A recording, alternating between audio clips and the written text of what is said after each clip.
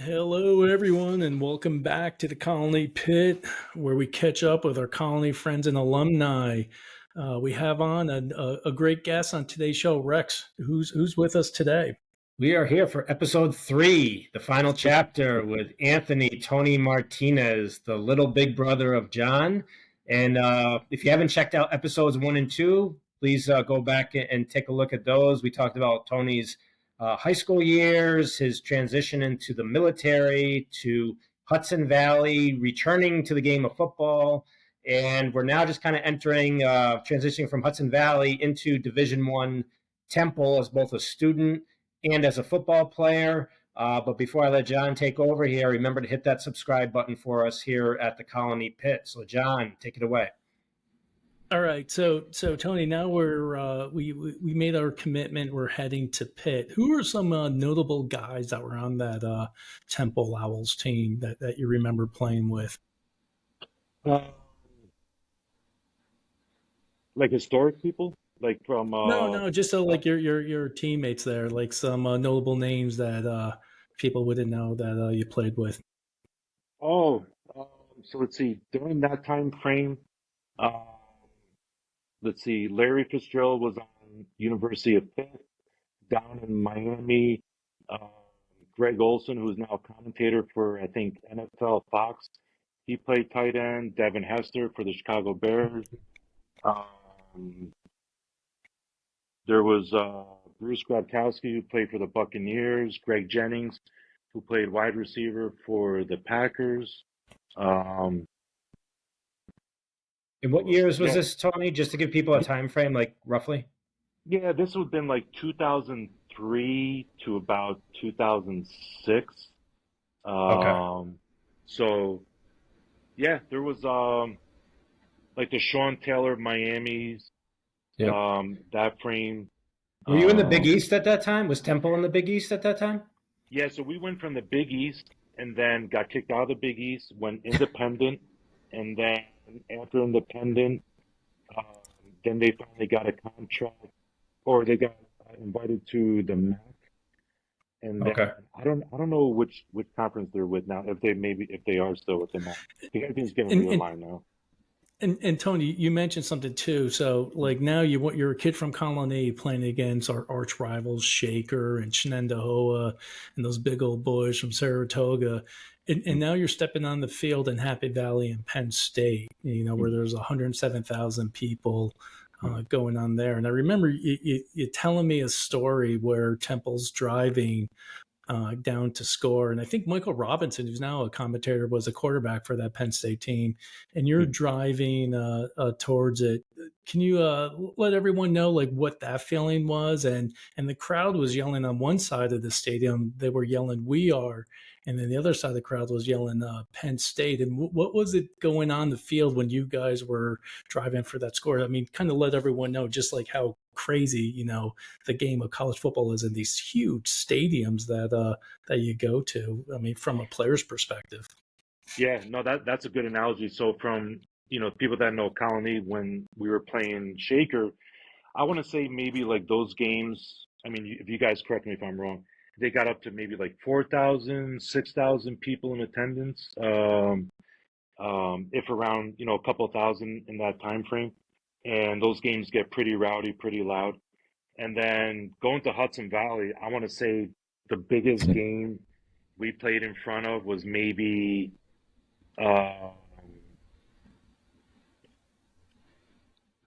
Did you ever maybe get in lax, front of 1,000? maybe 400, 500. Yeah. I've been to some junior Lackawanna. college games back in the day, and they Yeah, don't tend to draw. It's usually family and friends, and that's yeah, about it. That's your true love of a sport is when you play junior college. You don't typically get a lot of those. The student body is not really into it. But go ahead with the answer of yeah, what it was like to play at Penn State. yeah. So going the last game, um, playing the last game in Hudson Valley, like I said, maybe 400, 500 people. Then we get to Philly and we open up against Penn State ranked 25th. And so we drive out to State College maybe the night before or the day before, and forget what a hotel we were staying at. Well, we get out of the hotel. We got our basically like our tracksuits, and and we get in the bus, and all of a sudden these cops show up, and now we have like this police escort to Happy Valley. And so I'm sitting next to our starting wide receiver, Zamir Cobb. He ended up playing for the Jets, the Buccaneers. I think he did like some punt return. And he was a senior at the time. And here I am, like, as a junior. And so I'm like, Cobb, I'm like, hey, like, um, how many people are going to be at this game? And he's like, man, probably like 105,000 and everything. And I remember just taking like a long gulp, and I was like, 105,000. I just came from stadiums where we averaged 105 people in the stadium, and so we're driving, and we start getting closer to the campus, and you just see everyone wearing Penn State gear and everything, and so we get there, and then we get into the stadium, we get into the locker room, we change, we get in our uniform, we go out for like pregame warm up and drills and everything. And walking out of the tunnel, we get into the field. And like John was saying, you hear one side of the stadium yelling, "We are," and the other side yelling, "Penn State." And it was like, being starstruck. Like there's Joe Paterno when he was live at the time. And I was like, oh my God, like I've seen that guy on TV. And there he is on the other sideline. And I remember the week before we went to Penn State, the coaches were saying like, hey, it's going to get so loud there. You're not going to be able to hear Mike McGann, our quarterback, with the snap count. You just got to look down and just watch the ball. And when the ball moves, you go. And I remember, looking at him and him, yelling and everything, and I couldn't hear a word he said. And everything was, signals for the play and everything. And we start getting down there, driving, and the student section was getting so loud. I mean, like that whole sound down at the field is just um, like the vibrations, in your helmet and everything. And I was I had to pinch myself, like, this is crazy. Like this place is, you look up and you see 110,000 people, and it just, it's so cool to look at pictures, to see from, from the days of, playing Shaker and Shenandoah and CBA, and then, playing Erie Community College and Lackawanna, and then going to Happy Valley and, seeing the ESPN crew there and everything. So it was a cool experience, and I'm sure everyone that played Division 1, they come from, if they come from a small town and they go to, Yeah. Play the University of Iowa, it's, same size field, but now you're playing in front of 60,000 people. So did you end up playing 2 seasons at Temple? Was that the deal? yeah, 2 seasons, and then and majored in criminal justice, and was hoping that something would happen after Temple, whether it was like whether it was Canadian football or an invitation to a training camp, but definitely wanted to see where this football chapter ended, where you're told like, hey, the journey ends here, and Yeah. so. But you did have your pro day, and then you ended up going to. Obviously, you didn't get invited to the combine, Mm. and you kind of missed out how you tore your ACL Yeah. in there in the one season. Yeah. But you did end up going to a combine in Indianapolis, and that was for I think, was it at the time called, was it the USFL or whatever that league was that they're forming, that had like Maurice Claret and like all these guys that were going on. I think there's that Pitt quarterback, Rob Carpenter, like they had all these guys. But so you go to a combine, and how did you do at the combine? So yeah, so after tearing MCL, medial meniscus, go back home to Albany, rehab it, and then I was like, you know what? I got my degree. I'll give it one more chance, and then and see what happens. So I had to go to a regional combine in Atlanta at Georgia Tech. And so they said if you scored an 8.5 or higher between your 40-yard dash, your bench, your vertical jump, all the individual testing, if you scored an 8.5 or higher, you get an invitation to the Indianapolis Combine at the RCA Dome. And so I remember staying with my oldest brother because he was at Georgia Tech at the time, and so I'm staying with him, and it was cool because I told him, I was like, Rob, listen, I'm gonna get two shots at the 40-yard dash, and I'm either gonna make $1 million or I'm not. I'm either gonna make $1 million on this 40, or I'm gonna blow out my hamstrings and rehab it, and then go find a job within my major.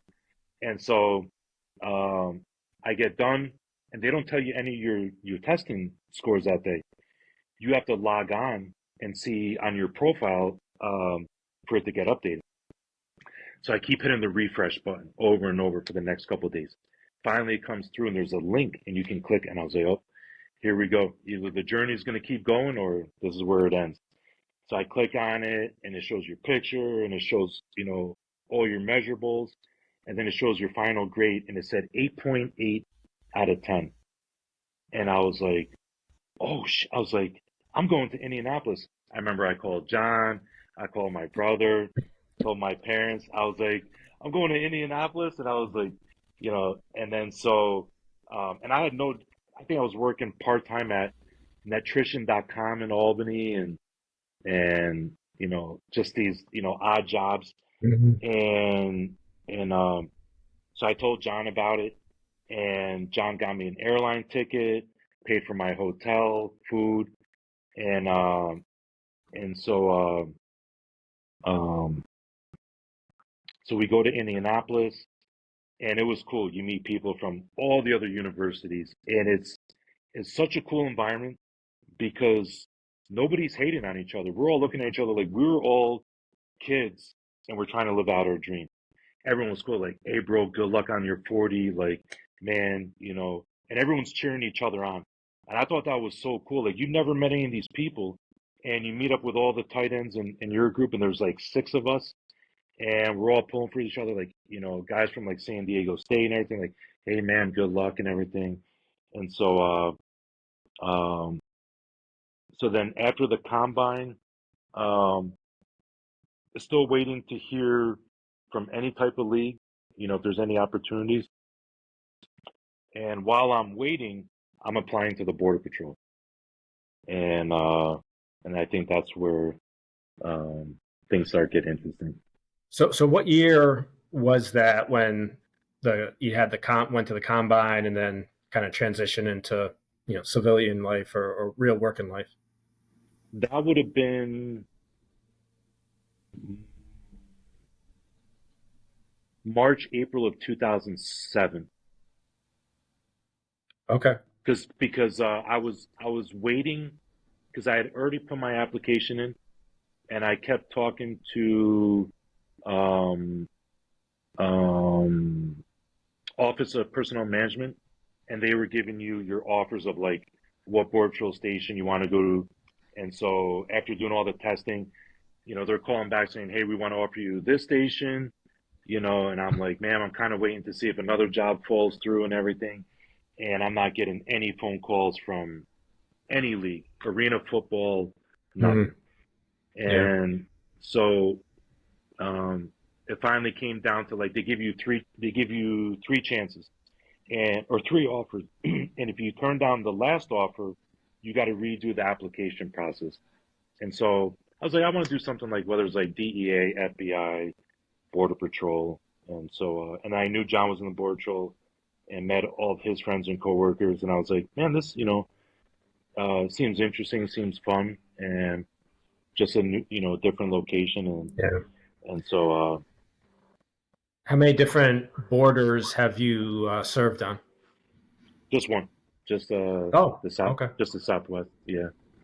So Nice. we can just kind of close this out. So you ended up actually going to the Border Patrol Academy, and you're there for 2 weeks. Mhm. And then what happens while you're in the Border Patrol Academy on your second week? Little that you didn't know.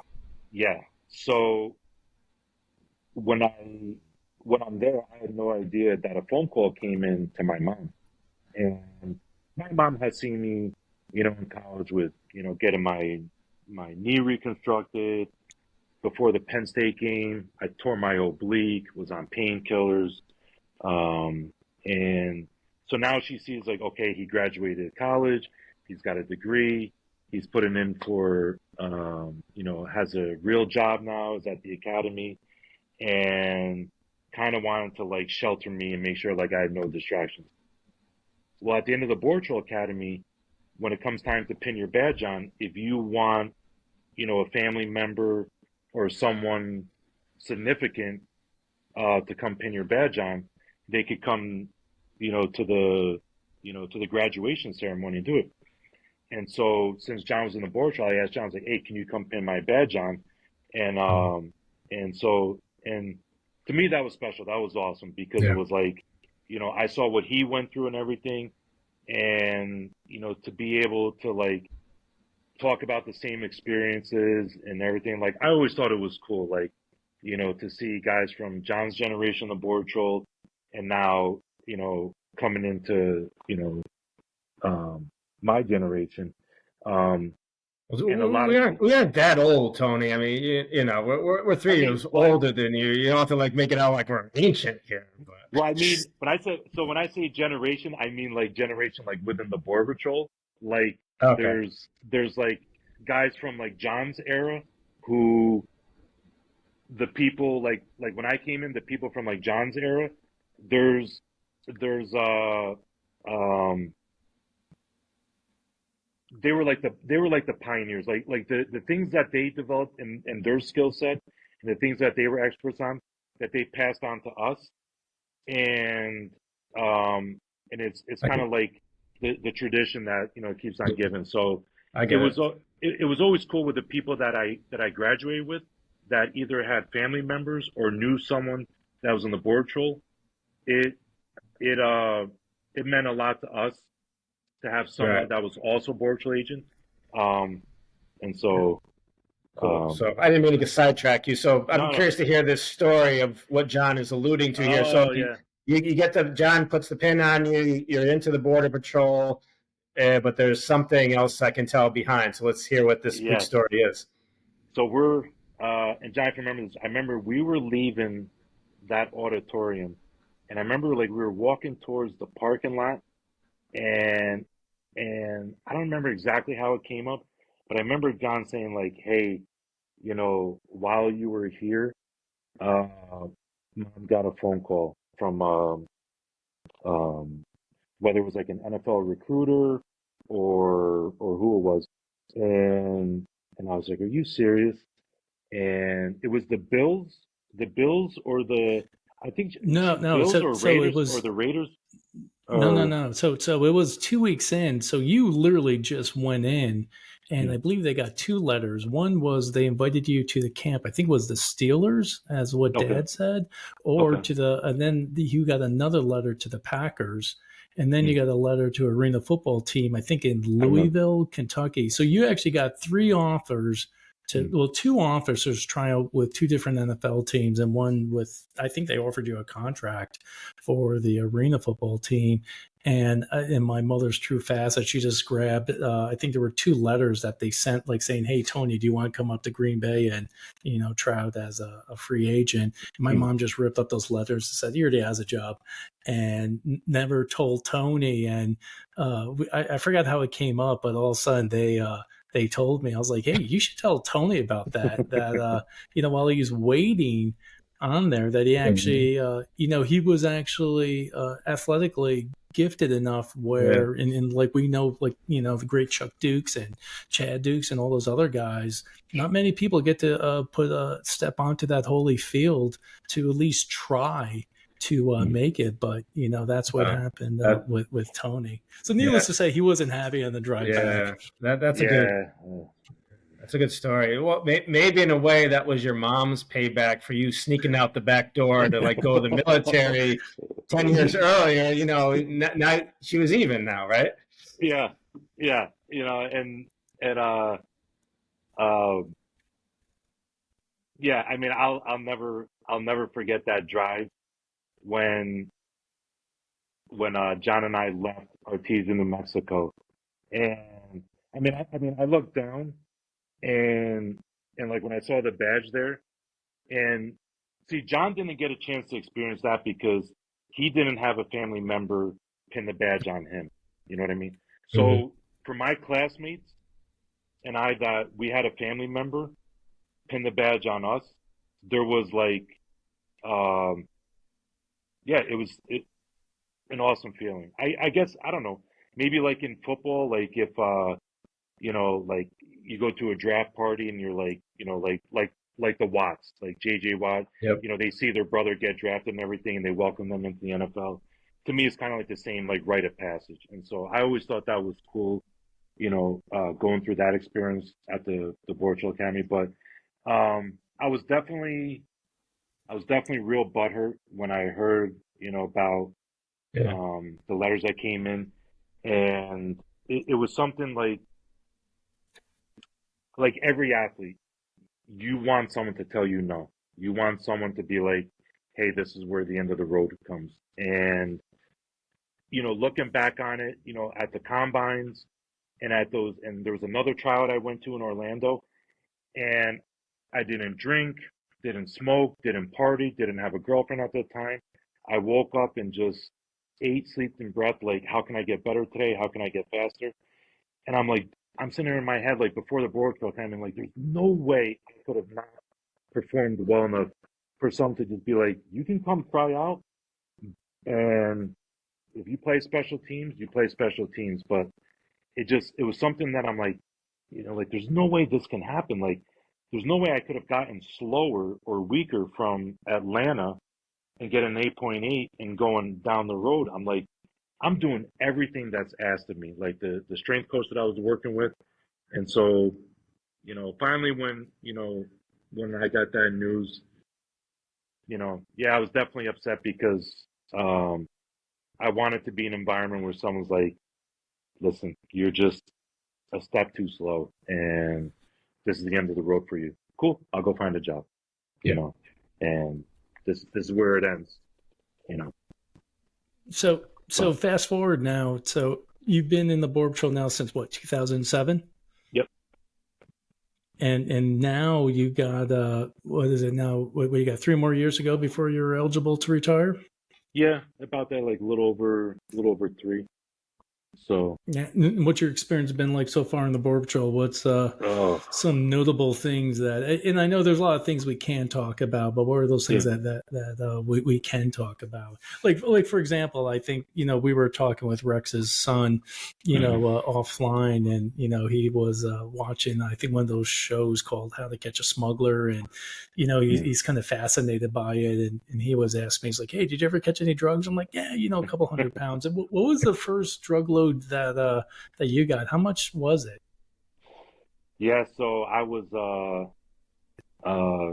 29 years old, and it was with my journeyman Clayton Wilkinson, and the first load was 5,700 pounds. It was three three trucks that came in from Mexico into Arizona, through the desert, and driving without lights on, what we call blacked out, just driving up through the Indian reservation in these remote areas.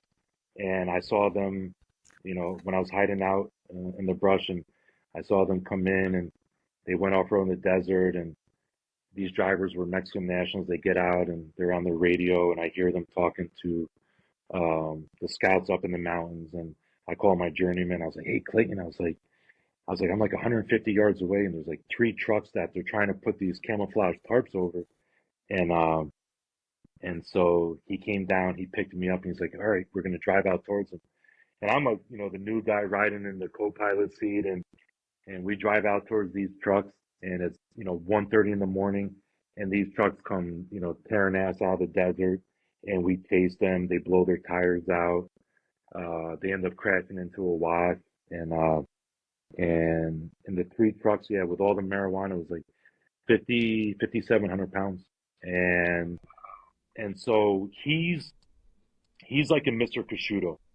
He was one of the most influential people that I met, and what he exposed me to and took the time to explain things, it was like I got the bug, and it was like I want more of this.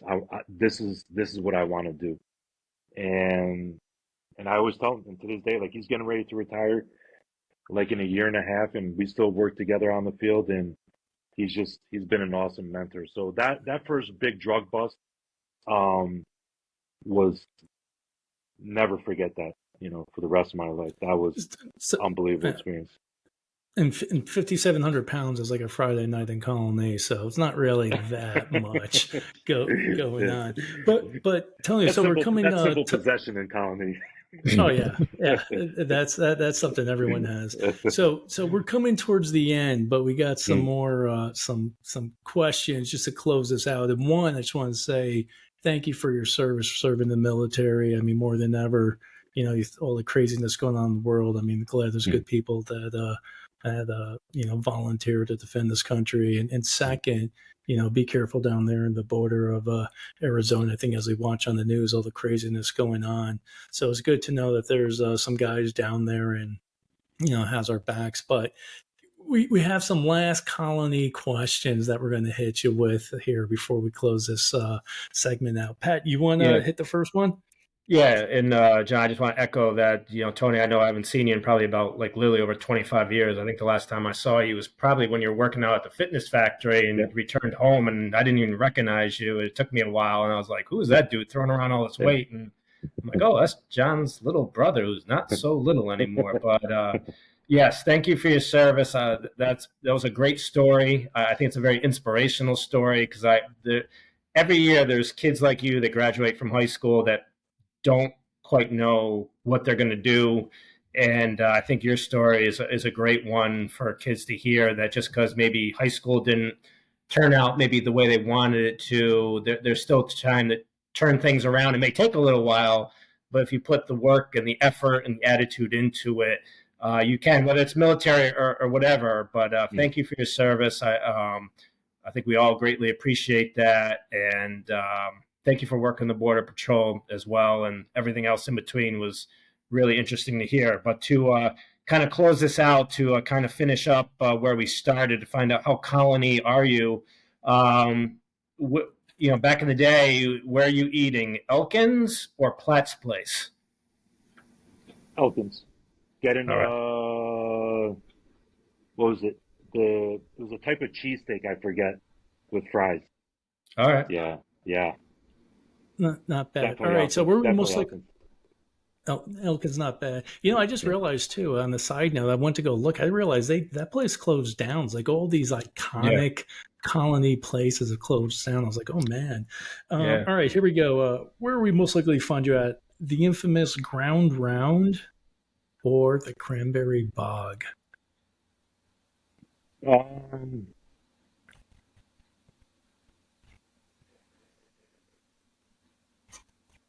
I would say the Cranberry Bog, because like when I became old enough to drink, I think I went there. I went there. I was like, "What's this place all about?" Never had a chance to go in there. That was a So, much cooler place when we were a little growing up. Grand Round was a spot, I think, after dances you walk to or something. But the next one, Ted's Fish Fry or Bob and Ron's Fish Fry?